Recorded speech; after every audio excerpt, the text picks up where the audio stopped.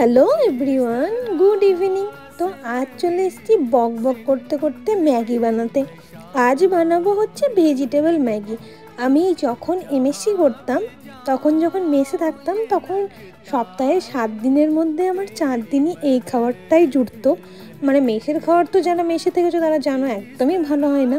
এটাই ছিল আমার কাছে অমৃত। ইউনিভার্সিটি থেকে আসার পর মানে এই খেয়ে অর্ধেক পেট ভরিয়ে দিতাম, যাতে রাত্রে কম খেলেও চলে যায়।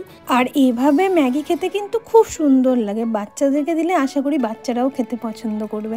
আর যখন আমি বিএসসি করতাম তখন তো হোস্টেলে থাকতাম, তখন গ্যাস রাখা অ্যালাউ ছিল না। তখন তো লুকিয়ে লুকিয়ে জানো তো ইলেকট্রিক কেটলের মধ্যে রান্না করতাম ম্যাগি। সেটা কিন্তু আলাদা, সেটাও কোনো একদিন শেয়ার করব। যাই হোক, আজকে শুধু বক বক শুনেছো নাকি রেসিপিটাও দেখেছো? না দেখলে কিন্তু ঠিকঠাক দেখে নিও, আর বাড়িতে অবশ্যই ট্রাই করো। সবারই আশা করি খুব ভালো লাগবে খেতে, আর সবজিও খাওয়া হয়ে যাবে। চলো তাহলে আজকে আসি।